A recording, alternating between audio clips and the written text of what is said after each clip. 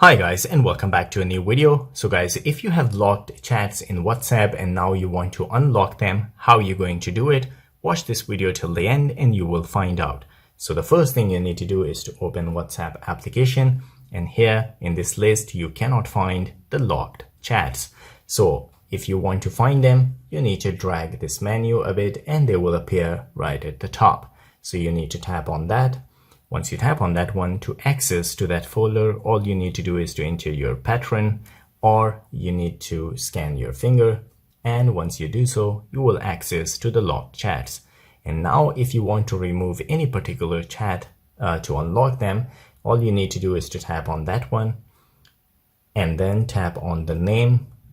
And then you need to scroll down where you will find chat locks. All you need to do is to disable that one. To disable it, you need to enter again your user pattern, or you can scan your finger again.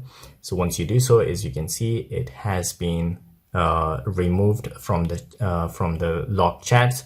I will go back to show you here. Now that particular chat has been removed from the locked chats. So guys, this is how you can unlock chats in WhatsApp. If you liked the video, don't forget to subscribe. I will see you in the next video. Till then, take care.